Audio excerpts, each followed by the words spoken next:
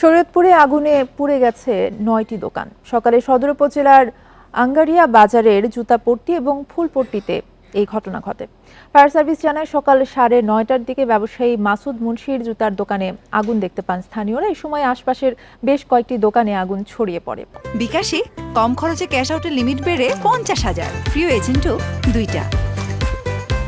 খবর পেয়ে ফায়ার সার্ভিসের 2টি ইউনিট 1.5 ঘন্টার চেষ্টায় আগুন নিয়ন্ত্রণে আনে। এ সময় জুতা, কসমেটিক্স সহ 6টি দোকান পুরোপুরি এবং 3টি দোকান আংশিক পুড়ে যায়।